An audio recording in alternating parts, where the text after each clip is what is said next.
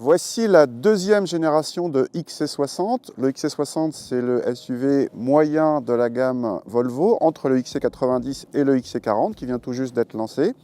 Alors certains diront que ce XC60 il ressemble beaucoup au XC90, mais en un peu plus petit. En même temps, vu le succès du XC90, Volvo aurait tort de se priver. Nous l'essayons ici dans sa motorisation T8, c'est une motorisation hybride rechargeable et également la plus puissante de la gamme. Il s'agit en fait d'un 4 cylindres turbo essence de 320 chevaux, la même que le T6, mais associé en plus à des moteurs électriques de 87 chevaux, donc 407 chevaux en tout, et Volvo annonce une autonomie NEDC en tout électrique de 45 km. Notre modèle d'essai est en finition haut de gamme inscription luxe et a droit à des roues de 20 pouces optionnelles, la chose de série étant 19 pouces. L'intérieur est celui d'un SUV de luxe, d'autant plus ici avec la finition haut de gamme qui octroie une belle sellerie cuir et le plein d'équipements. Le combiné d'instruments est entièrement digital et l'écran central vertical est le même que celui du XC90.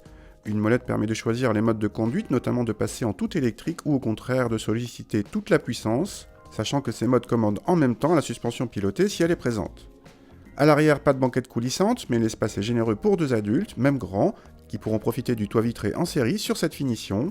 Le coffre perd 40 décimètres cubes par rapport au XC60 non hybride, mais reste assez vaste, beaucoup plus vaste que celui d'un GLC 350e. Lorsqu'on a mesuré la voiture, on a vu plus de 2 tonnes 100, on s'est dit que ça allait être lourd.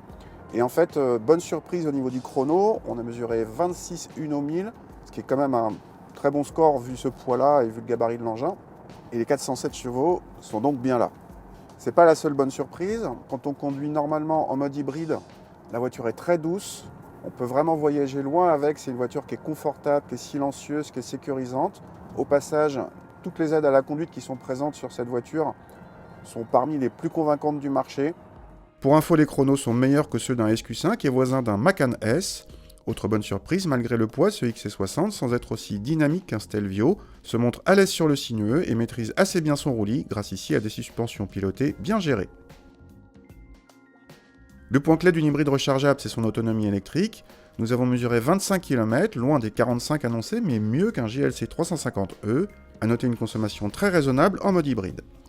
En fait, ce XC60 T8 n'a pas vraiment de concurrent direct.